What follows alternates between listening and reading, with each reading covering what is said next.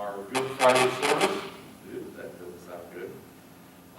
We're going to walk through the Via Dolorosa, or Way of Suffering, that follows Christ's travels through Jerusalem and during Good Friday. Huh? I know. Do you want me to have this on or not? It's kind of not playing well with others. right. Okay. Okay. Is the slideshow up? Is the slideshow up? Okay. Okay, go ahead to the next one.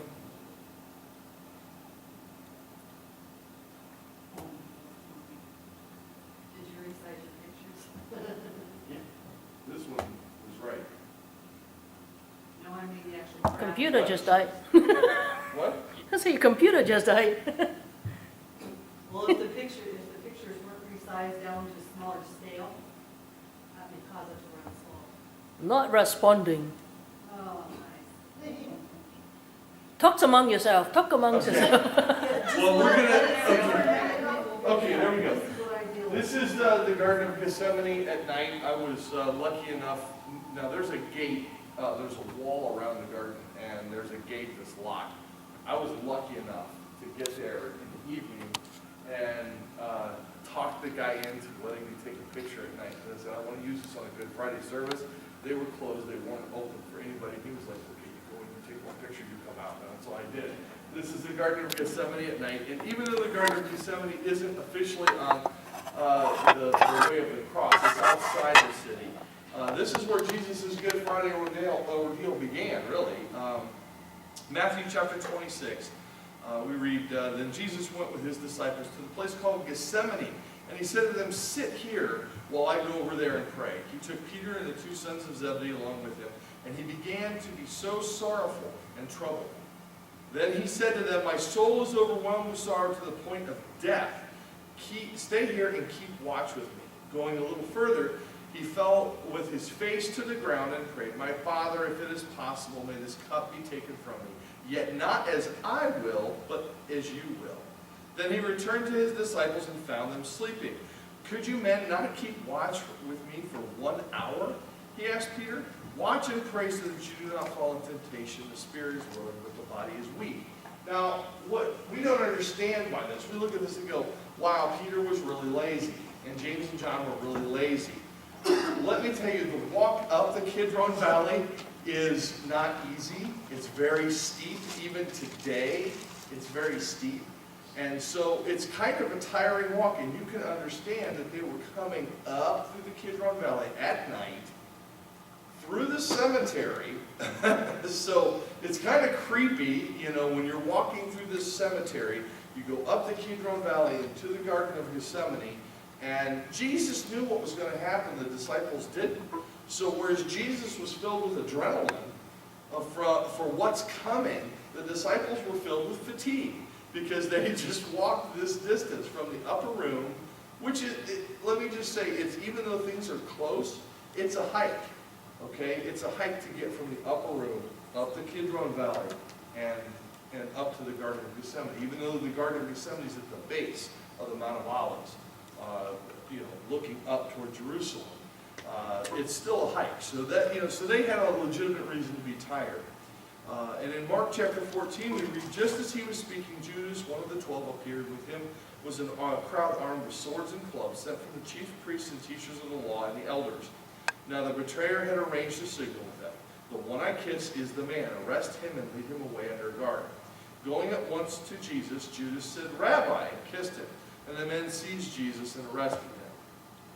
So that's where this happened. Now this is the Lion's Gate, and you can see, let me get my laser out. You can see right here and right here, those are lions on there.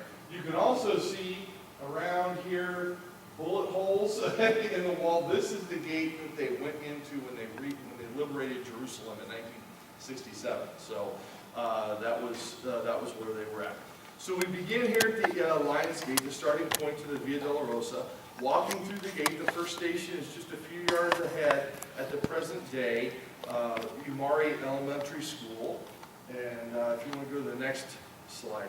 Each station is marked with a medallion. Okay, hold on.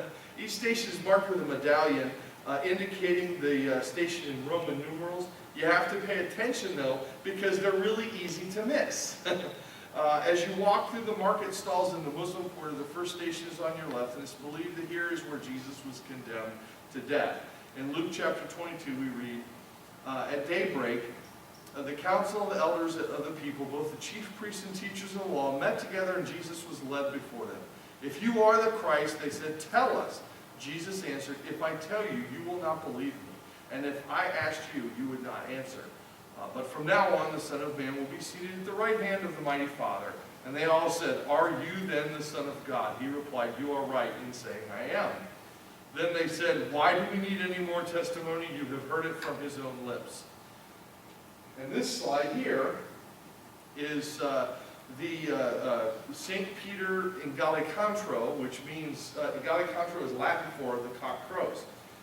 So I'm sure Peter would rather have this site not be commemorated, but at the very top is a golden rooster. And it's really an ornate church, and it depicts what had happened with Peter. And right here in front, down here, is Caiaphas' palace. So you can see, and they know it's Caiaphas' palace because they found an ossuary, which is, the way that they bury people is they bury them for a certain number of days until the body decays. They remove the bones, and they put them in ossuaries, which are stone boxes that are as long as the longest bone in the body. And then they bury those. And so they found one with Caiaphas' name on it. So they found an ossuary with Caiaphas', well, the dust that is remaining of the bones by this point in time. But they found one with Caiaphas' name on it. They know from Scripture that he was the high priest during this time. He was the one who tried Jesus. And so this is his palace right there. So, and this is the St. Peter in Gallicantro. And it's really neat. So now, from Matthew chapter 26. Now Peter was sitting in the courtyard, and a servant girl came to him. You also were here with Jesus of Galilee, she said, but he denied it before them all. I don't know what you're talking about, he said. Then he went out to the gateway, where another girl saw him and said to the people that this fellow was with Jesus of Nazareth. He denied it again with an oath, I do not know the man. After a little while, those standing there went up to Peter and said, surely you are one of them, for your accent gives you away. Then he began to call down curses on himself, and he swore to them, I don't know the man. Immediately the rooster crowed. And Peter remembered the words of Jesus had spoken, before the rooster crows, you will disown me 3 times. And he went outside and wept bitterly. And again, although this is not an official station of the cross, this is kind of outside the old city. This is where that happened, and I think it's just interesting to see as we read the biblical account of that. Okay, go ahead to the next one. Mark chapter 15 tells us that early in the morning the chief priests and the elders and the teachers of the law and the whole Sanhedrin reached a decision. They bound Jesus and led him away and handed him over to Pilate. Are you the king of the Jews? Asked Pilate. Yes, it is as you say, Jesus replied. The chief priests accused him of many things, so Pilate asked him, aren't you going to answer? See how many things they're accusing you of. But Jesus made no reply, and Pilate was amazed. Now it was the custom of the feast to release a prisoner, whom the people requested. A man called Barabbas was in prison with the insurrectionists. He had committed murder in the uprising. The crowd came up and asked Pilate to do for them what he usually did. Do you want me to release to you the king of the Jews? Asked Pilate, knowing it was out of envy that the chief priests had handed Jesus over to him. But the chief priests stirred up the crowd to have Pilate release Barabbas instead. What shall I do then with the one you call king of the Jews? Pilate asked them. Crucify him, they shouted. Why? What crime has he committed? Asked Pilate. But they shouted all the louder, crucify him. Wanting to satisfy the crowd, Pilate released Barabbas to them. He had Jesus flogged and handed him over to be crucified. And the account from John chapter 19 says, then Pilate took Jesus and had him flogged. The soldiers twisted a crown of thorns and put it on his head.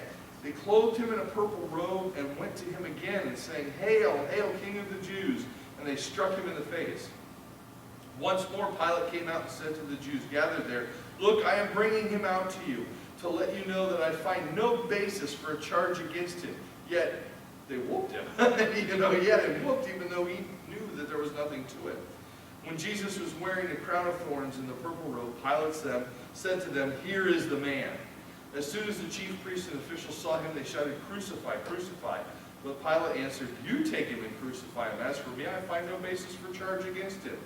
The Jewish leaders insisted, "We have a law, and according to that law he must die because he claimed to be the Son of God." When Pilate heard this, he was even more afraid, and he went back inside the palace. "Where do you come from?" he asked Jesus, but Jesus gave him no answer.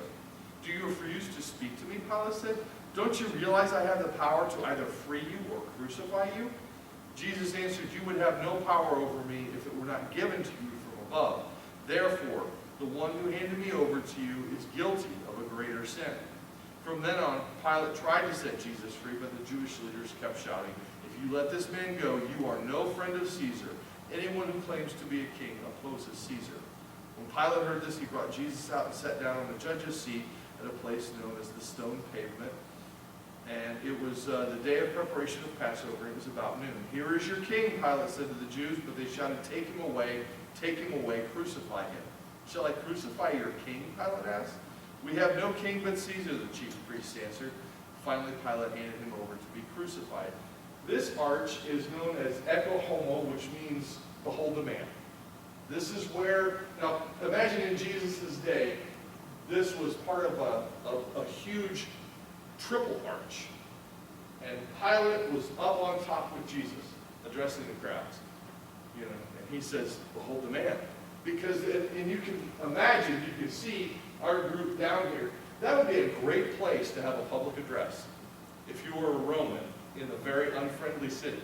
Because you're far away from the crowd, and you can see everybody. They can see you, but they can't get to you. There's no way, unless somebody's a really good shot with a stone, that they're going to be able to even come close to you.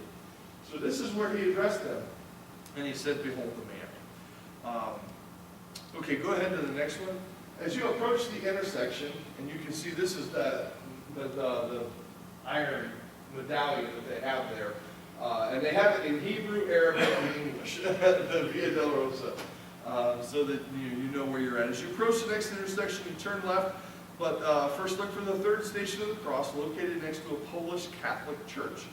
This location marks the first of 3 times that Jesus fell, according to tradition. This is where the Via Dolorosa can get a little confusing. So if you're going there, go slow and keep your eyes peeled for, it's good to have a good guide, because without that, you're kind of going, okay, where's the next one? And there's no arrow. There's, you can buy a map. You buy a map for Via Dolorosa, 5 for $10. You're like, no, $1, I want one. So John chapter 19 tells us, finally, Pilate handed him over to be crucified. So the soldiers took charge of Jesus. Carrying his own cross, he went out to the place of the skull, which in Aramaic is called Golgotha. Now, this is an interesting point. In Jerusalem, there are 2 places that claim to be the crucifixion site. One is Golgotha, the place of the skull, and it does kind of look like the face on it. You can see, oh, yeah. The other place is Calvary, which is inside the Church of the Holy Sepulchre. And the tomb is there, and you go up these stairs to Calvary, to the summit of the mountain. And it's all in the church. It's a huge church. And you go up to the top there, and there's the rock, which is the traditional place they feel that this is where the crucifixion was. At the time of Jesus, it was outside the old city walls. Not inside, but outside. Today, it's inside. But because of excavations and Roman records, they were very good about keeping records about where the old city began, where additions were made. So this is one of those things that, and when in the 3rd or 4th century, when someone came to the Holy Land to find, I want to find out where Jesus really, they allegedly found over 200 crosses. when they excavated the location where the Church of the Holy Sepulchre was. And the person who did it claimed that she found the cross. They reused the crosses. It wasn't like this one was for Jesus and this one was for the thief on the left and this one was for the thief on the right. They reused them. They reused the nails too, because you couldn't just run down to the hardware store and get new nails. They reused them. They did find pieces of nails and full nails in some skeletal remains that they have excavated that were preserved for one reason or another. But anyway, so go ahead to the next. Okay, good. As you turn left, the next station will be on your left-hand side, and is the site where Christ met his mother. Today, it's home to an Armenian Orthodox orator. And according to the sign in the photo I took, it's a good place to eat pizza. Not exactly a solemn feeling, but even pilgrims need to eat. The Armenians were the first Christian nation. They were the first to convert as a state to Christianity in 300 AD. So they have a very strong presence in Jerusalem. That's, which I was kind of surprised that I didn't realize that about them. Okay, go ahead to the next one. The Via Dolorosa is not a straight road. It's curvy and around, and it's twists and turns. And this is one of the biggest twists in the path. On the corner of the street, on your right, is the 5th station. This is where the Via Dolorosa continues after the curve. This is the 5th station of where Simon of Cyrene carried the cross from Christ. And you can see this guy's always there. But you can see this little area right here. And if you go to the next slide, you can see it better. This is a hand-shaped print in the rock wall. All of this is from later times. This is like the original wall, what it looked like. And it really is a hand-sized print. I put my hand in there, and it fits. It looks like somebody, as they leaned up against the wall, their hand made an imprint.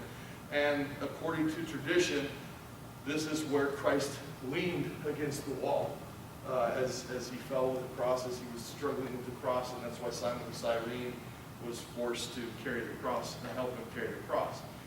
Jesus didn't carry the full cross. He had the crossbar nailed to him already. And the way that they did it wasn't like this, like what we traditionally think. They had the bar behind his neck, his arms over it like this, and it was nailed to it. If you put your arms like this without a beam in here, it's uncomfortable. And imagine with that, why, and after being beaten. So it was horrendous. And so that's where he allegedly, and I'm like, well, how could he do that if his hands were nailed? But you don't argue with tradition. This is just where he was allegedly.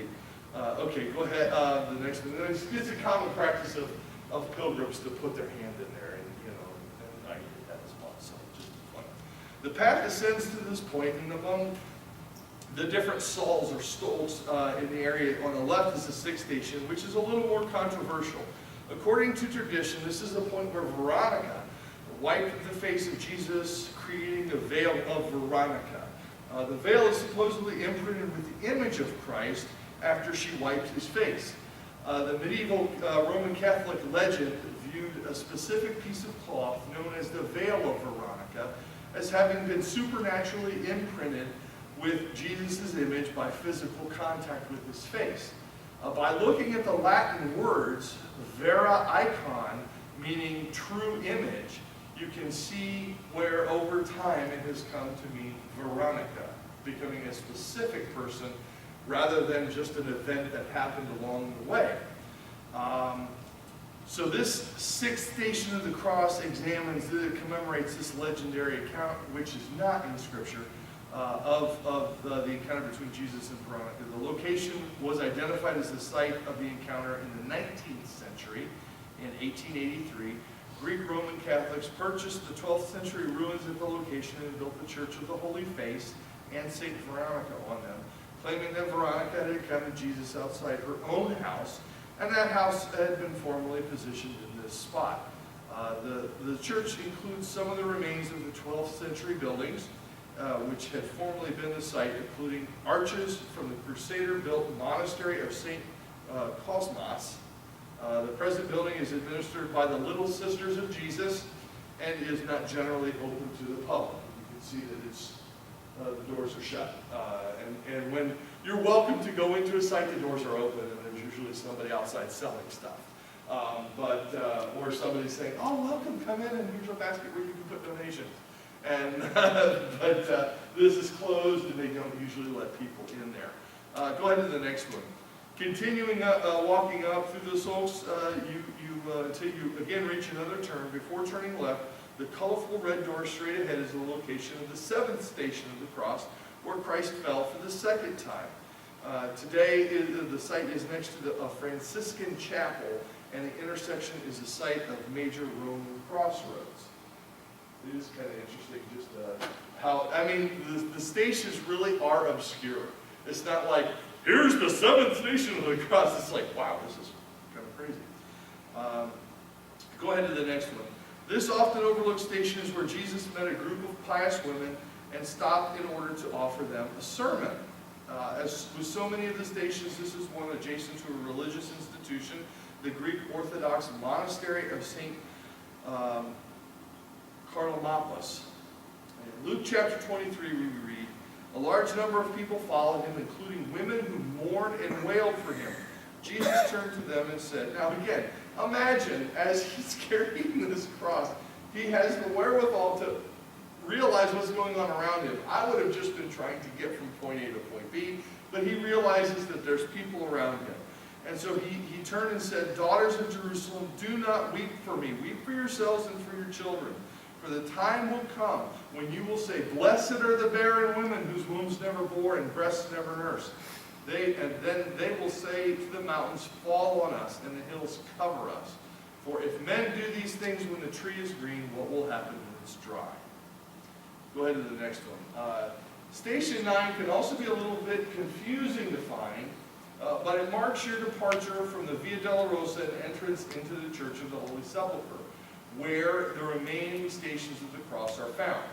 Now, continuing down the street, you will soon see an entrance to the outside to your right. You ascend the stairs, and you find yourself at this really cool Ethiopian Coptic church. Okay, you have to go down these stairs through a little door. Everybody in the first century must have been very short, okay, because they weren't expecting a 6'2" Viking to be, visiting the Via Dolorosa. So you go through this church, and it's really neat because there's an Ethiopian man, Christian monk, who is sitting there, and he's just kind of sitting in the corner, and there's baskets out where you can leave donations and whatnot. They have services there for Ethiopian Christians. And you continue along the walkway, you come to an arch, top of the cross, and the dome of the Holy Sepulchre in the background, which is what this is. On the pillar just beyond the arch is the ninth station of the cross where Jesus fell for the third time. Go to the next one. As you continue along the path through the monasteries, cross the courtyard on your left, and you go through the door at the end of the yard. This leads down through the Coptic chapel adjacent to the Holy Sepulchre and the courtyard of the church itself. You enter the massive Church of the Holy Sepulchre through the large wooden doors and walk up the stairs to Calvary on your right. This entire area of the church marks the next 4 stations of the cross. This is the entryway to the church, and every evening those doors, those big doors there, are shut and locked. Now this church houses 3 different faiths: the Armenians, the Roman Catholics, and the Greek Orthodox. Now, so that no one of those bodies owns the church, there's a gentleman whose family has had the key for 7 centuries. Okay? And he's a Muslim. That way no Roman Catholic, Greek, or Armenian owns the church. He locks the door, or he gives the key to the priest who locks the door at night. The priest then ties the key on a string, and he pulls it up to the window and puts it in a box. Okay? And then in the morning, when the priest comes, rings the bell, he looks down, says, you're the priest, cool, here's the key, and the process starts all over again. It's really neat. I met the guy, got his business card. It's really kind of cool that his family has been doing this for all that time, and it's passed down from father to son. Sorry, ladies, you don't get a shot to do this. But it's father to son who gets to do this, and if they don't have a son, then they find an uncle or a nephew or something like that and just pass it along. Very prestigious. But the last stations of the cross, Station 10, Jesus is stripped of his garments, the entrance to Calvary.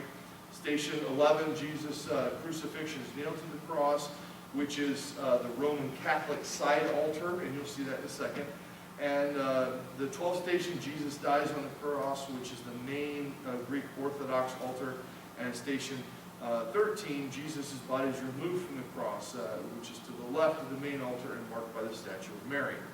The most impressive stations of the cross is in the Calvary balcony overlooking the church interior is the ornate altar built over the rock of Calvary, where it's believed the cross stood. Worshippers may touch or kiss the rock, which pilgrims have believed to be the site of the Holy Cross since the 4th century. Okay, so there is that. Their history is on its side. This is and it was really dark in here, but you can see how ornate this area is. And you have the line coming up, and in the center there is the rock that you have to get down on your knees and crawl in, and you can touch the rock. You can kiss the rock. You can pray on it, and they do. You can go ahead to the next one. This shows the entryway here to the rock. Over here to the left is the side altar I was talking about, the statue of Mary. That's encased in glass. You can see the rock itself, but it's really hard to get a picture of because the glass is spiderwebbed with cracks. Because people have tried to stand on it or whatever, they don't allow you to get close to it now. And then the other side altar is what I was mentioning, the crucifixion. Jesus is nailed to the cross, the Roman side altar. Jesus died on the cross in the center there. And then the last station is that Jesus' body is removed from the cross, which is to the left, right there where the glass is all spiderweb. Go ahead to the next one. Luke chapter 23, 2 men, both criminals, were also led out with him to be executed. When they came to the place called the Skull, where they were crucified, along with the criminals, one on his left and one on his right, Jesus said, "Father, forgive them, for they do not know what they're doing." And he divided up his clothes, casting by lots. This is the rock of anointing. And it's allegedly the slab of kind of rose-colored marble that they used to lay Jesus' body on to prepare him for burial. It's really, and Catholics today, a lot of people today will come up to this rock and they'll pray. And you can see the Eastern Orthodox, the Greek Orthodox, everywhere they have all these candles. They have these things like this all over the place. It's very ornate, very showy, very, very garish kind of looking thing. But there are people who, when they come to this rock, they'll lay on it, and just, pray on it. And there's a lot of Catholics that will lay their rosaries on it and pray and bless their rosaries on it. And one of the neat things to do if you have Catholic friends is to purchase a rosary and lay it on there and bless it for them and get a picture of you doing that and then give it to them. And that they, you want to make a good Catholic friend happy, that's what you do when you're there. You do that. There's some of the guys in our group that were like, yeah, let me have 20 of these rosaries, and they took them up and laid them on there and did that for them because they knew the priests in their town would really appreciate it. And so it's really neat. So in Luke chapter 23, we read, one of the criminals who was hung there hurled insults at him. "Aren't you the Christ? Save yourself and us." But the other criminal rebuked him and said, "Don't you fear God, since you are under the same sentence? We are punished justly, for we are getting what our deeds deserve, but this man has done nothing wrong." And then he said, "Jesus, remember me when you come into your kingdom." And Jesus answered him, saying, "I tell you the truth, you will be with me in paradise." And again, from further on in Luke chapter 23, it was about the 6th hour, and darkness came over the whole land until the 9th hour, for the sun stopped shining, and the curtain of the temple was torn in two. Jesus called out with a loud voice, "Father, into your hands I commend my spirit." And when he had said this, he breathed his last. From Matthew chapter 27, as evening approached, there came a rich man from Arimathea named Joseph, who had himself become a disciple of Jesus. Going to Pilate, he asked for Jesus' body, and Pilate ordered that it be given to him. Joseph took the body, wrapped it in clean linen, and placed it in his own new tomb that he had cut out of the rock, and he rolled a big stone in front of the entrance of the tomb and went away. Yeah, this is in the basement of the Church of the Holy Sepulchre. Okay, so that's why they're thinking that this is probably the site of where this happened. Because the skull, the place of the skull, where you see the rock formation, where it looks like the face, is a bit too far away. For all, like the Via Dolorosa, all those stations of the cross are real close to the Church of the Holy Sepulchre. This would have been a ways away. It would have been a long travel for him, and the Via Dolorosa would have had to have been completely restructured. So, from archaeological sites, there's argument today in Jerusalem. Which is the true site? Which is the place? It makes sense.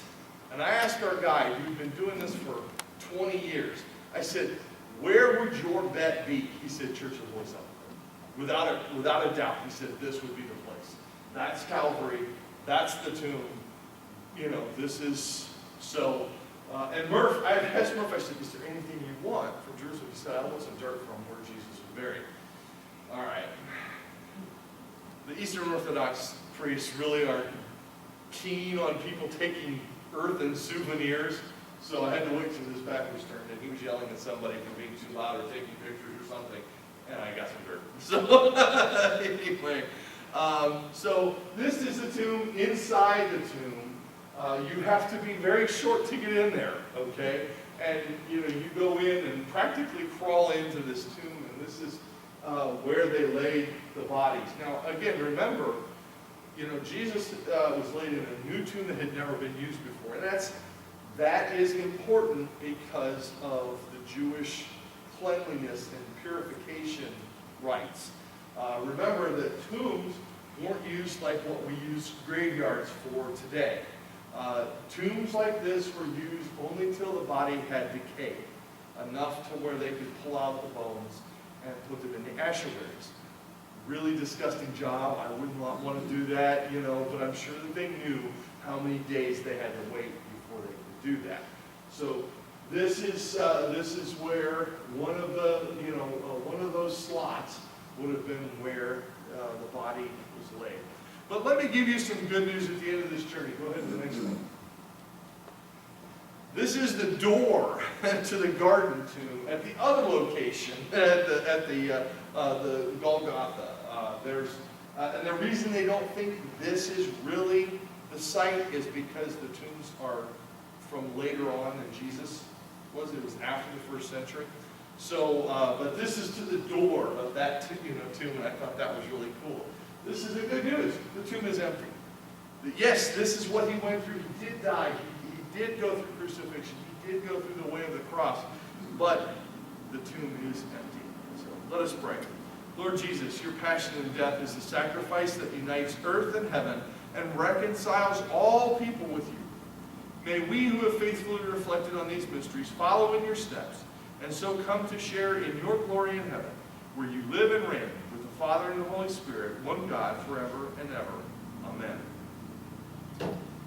Thank you for coming. I appreciate it. That was cool. I hope you enjoyed that. Yes? Yes? The buildings that we're looking at, Mm-hmm. how old are they? Some of them are, okay, time is relative over there. When you see ruins that are 7,500 years old, a couple hundred years means nothing. Some of them are built upon, like the Church of the Holy Sepulchre, the foundations of the church are from the 3rd, 4th, 5th century. And a lot of these places are rebuilds after either conquest or earthquake, but they're built on the original site of, thank God for the Byzantines, Because they came through and they said, ooh, holy site, we're going to build a church. And that's how you, I mean, you're talking still within the 3rd or 4th century, you're talking about just a few generations, where word of mouth would have still, been reliable. And like this, the church site, the Holy Sepulchre, that's where they found 200 crosses. So, when you see this, like, oh, well, they're not going to carry these a distance away because they're big, heavy things. They're not going to carry these too far away from where they're actually going to use them. And so, some of the structures, it's a multi-layered thing. You might have something from the 3rd or 4th century that's built on, something else from, the 10th century is built on top of it. Some of these are post-Roman because a lot of, the whole city was destroyed, really, in 66 AD. And then, you had after the Romans left, it was rebuilt and the Muslims conquered, and, they obviously don't care. What's in, oh, it's a Christian site, who cares, So you had different things going on, and that's why some of the stuff looks very Islamic or Arabic in architecture. So, yeah, it's hard to say, but there are, a lot of the structures are Crusader era or later, but they're built on foundations. What about that arch? That's from Roman times. That's from Roman times. That was one of the structures that still remained. Probably because they're like, oh well, we built this. We're not gonna destroy this because it's cool. But you can see how as the city grew, the arch was incorporated into. There's not the triple arch that there used to be. It's just that one section of it now, and everything in Jerusalem is very, very crowded. If you live in Jerusalem, you do not have a yard. It doesn't matter how wealthy you are, you don't have a yard. There is no yard to speak of, because they maximize space, incredibly so. But everybody has a dog, it seems, and because at night you see everybody out walking their dogs. And it's like, wow, there's a lot and a variety of breeds too. I was surprised to see, Mastiffs and Great Danes and stuff like that there, as well as little, ankle biters. But there was, I saw one of them just like our Danny. I was like, somebody brought my dog. I was really excited. But yeah, it's a very crowded place, but no more so than any big city. If you've been in New York or Washington or LA, it's like that. There's a lot of apartments, and as you get out from the town, the center of the town, it's less crowded. But yeah, inside the old city, it's and you go through there. There's a lot of groups that go through there. Even like now, I wouldn't want to be there. Right now, I would not want to be there for Holy Week because just the crowds. You're going to be walking down the streets like this, and that's just not pleasant. But when you go over on an off time, it's really cool. And if you're an early morning person, walking the Via Dolorosa early in the morning, you'll be by yourself. You'll be by yourself. Yeah, they have dog over there. That's not. She's back here. Yeah, that's not really a problem, safety-wise. You are going to go through the Arab quarter, but they don't want to mess with you because they realize money. They mess with you. They don't get tourist money, and yeah. And there's Israeli police all over, and they're friendly. As friendly as a government M16 can be. Yeah. How far would the site of the crucifixion? The Golgotha. Yeah. Well, not the site of the crucifixion, like Yeah. Calvary. Which one are you talking about? which one they thought was more authentic? Calvary, in the Church of the Holy Sepulchre. Yes. Yeah. How far would that be from? Second floor, basement. Oh, so it was just right there? Yeah. It would have been down the hill, you know. Now imagine, in Jesus' time, the Church of the Holy Sepulchre wasn't there. So you go down the hill, and there's the tomb. Makes sense. You're not going to carry a body out through the city walls, and, you know, you're not going to do that. It's just going to go right downstairs, right down there. Hmm? No elevator, right? No elevator, and there's no elevator in the church. They don't understand what handicap accessible means. They have this very narrow staircase going up, and to put it this way, I was like on the stairs, and I had my hands on the steps in front of me, and my feet were on the stairs here because it's so curved. I'm like, wow! And you go up one way, and you go down another stairs. And I made the mistake of going down the way I came up, and I didn't realize this, because we went there we were allowed to go there on Sunday on our own, and they said, if you want to see the tomb, go on Sunday, because we're not going to wait in line Monday. Oh, okay, so I went. They have upstairs on the first floor, they have a place where they commemorate, this is where Jesus' body was laid, and then downstairs is the tomb. So it's kind of confusing. It's like, why is this here and what is... Because downstairs isn't really, like, a whole lot of tourists don't go down there to the basement. But our guide pointed it out to us. So it's like, I think the thing upstairs on the first floor is kind of like an ornate, look at me, you know, because they can, you know, it's right in the center of the church. The basement one is not so popular. You know, it's kind of like, oh, this is kind of crowded. It wouldn't be very feasible on a tour, on a trip, you know, to get tourists in and out of there. So we're going to make this thing up here. And the Greek Orthodox, they're very controlling. No pictures, you know. And I mean, the priests are really, really mean to, you know, because we don't know. As we're going in there, this isn't, you know, I'm not Eastern Orthodox. I don't know what's appropriate, what's not appropriate. And, you know, you go in and you wait, and the tomb itself, you can only go, like 3 or 4 people can go in at a time, and a lot of these Catholics want to kneel down and pray and put the rosary or put a cross or put whatever on the slab of stone, and it takes a little time. Well, the Eastern Orthodox priest is like, next 4, you know, and so I'm like, I can't go because they're still in there. Move it, you know, and it's like, Father said so, you know. I'm like, it ain't me, it's the Father. So it was, you know, there was part of it that was like, wow. But the really cool thing is over that tomb on the first floor is this rotunda, and it's ginormous. And you look up and there's pigeons flying and everything in there, and it's just really cool.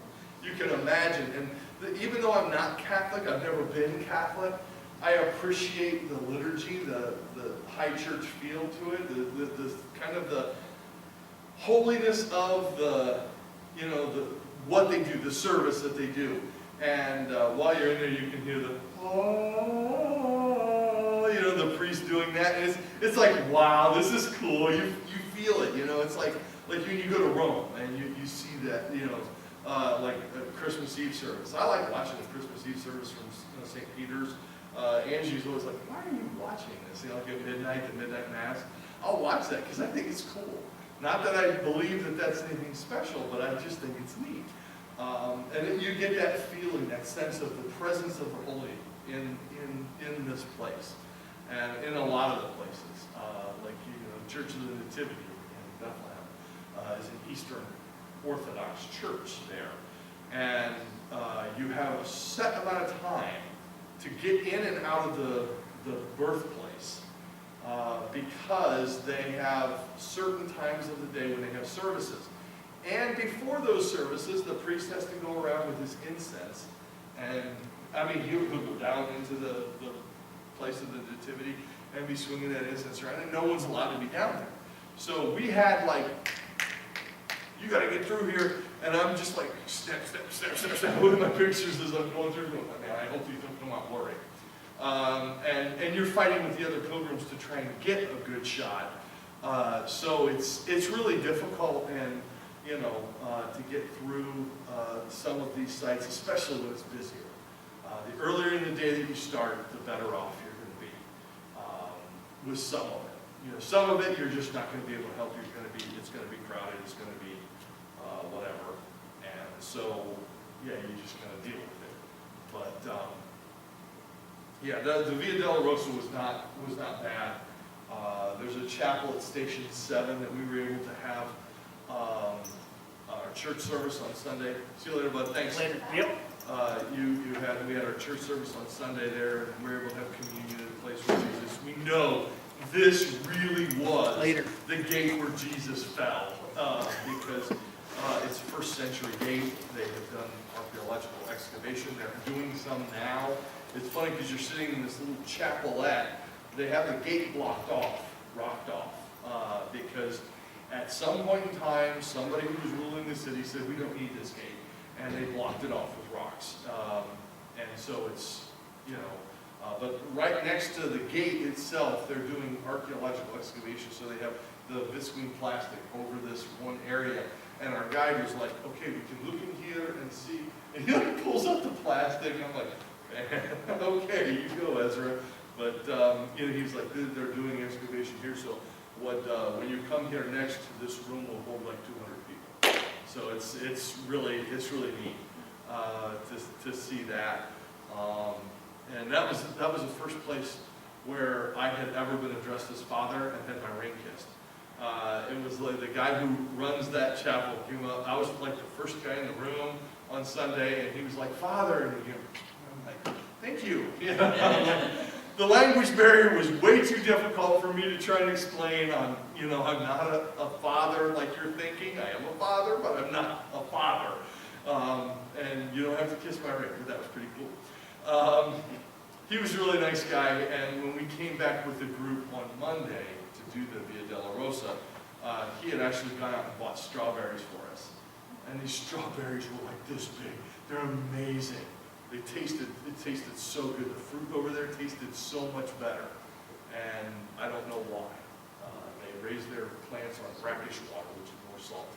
And the fruit lasts longer, 3 times longer on the shelf than ours. And it tastes crisper. And just the flavor is so much better. Oranges. I'm like, we have no idea what oranges taste like in America. Because if this is what they're supposed to taste like, oh, you know, everything tasted so much better. So it was really good. So I could go on for days about this, but I don't know. Thank you guys for coming tonight. Cool question for you. Yeah. The shower tonight, Yeah. can you see dug out in there? If the church wasn't around it, I imagine. like would that? be It's the- hard to say. It's hard to say because I don't know that it would be a direct line of sight. The city walls may or may not cover it.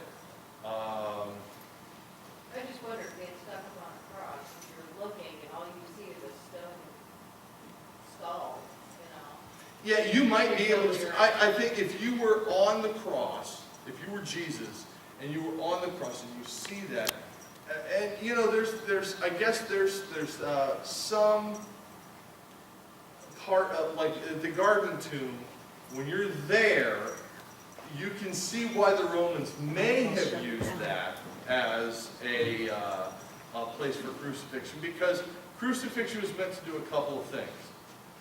One was punish an individual in a very horrific and embarrassing way. You're hung up there for everybody to see. You know, you're going to die slowly. It's not a quick death. It's a slow, painful, horrible death. It was meant for embarrassment of the individual as well as punishment. The second thing it was meant to do was as a deterrent. If you mess with the Romans, this is what happens to you. They wanted people to see it as much as possible. And you can see that it would go about to the place where the rock formation really does look like a face. There's a video on Amazon Prime, Yeah. they compare and contrast both. Yeah, And it is, it's real easy to see. the skull. yeah, and it's, so that, it's close to the road, but it's like, okay, did the road that we're on now, was that the main thoroughfare of the day then? Or was this the main thoroughfare? It's hard to say because the city's built up around it, when you're like, if I could go back in time and look at it, maybe, and the, in the model, they have a model, 50-to-1 scale model of the city at the 2nd century time of Christ. And it's really interesting. And they go back and they change things architecturally or archaeologically as they, you know, dig stuff up and find stuff, they change. Oh, okay, this really wasn't here, it was over here. And it's neat to see that because they have it marked. And it's like, oh. And they really don't answer the question for you. They really don't. They're like, we're going to leave this up to you. What do you think? You know, but the simple fact is, the tombs that are at the Golgotha, the place of the skull, which would make sense again. You don't carry the body. If that is the legitimate site, you wouldn't carry the body way over here to bury it. And Would a rich man who could afford a better than average tomb really want to be underneath the place where the Romans yeah, kill people? yeah. And how many of the people that were actually killed up there would have had a tomb? Probably very few. But yeah, so That's if why you it was could afford a unique. tomb, would you really want to be under the, under the execution device? Yeah. Where they do all this all the time? Yeah. That's why I kind of, this video brings up some Yeah. interesting questions. Yeah, Dean has a link to a video that brings up some of these interesting questions, and I haven't seen it But they yet. still, It's- they do kind of say they leave it up to you. Yeah. I kind of like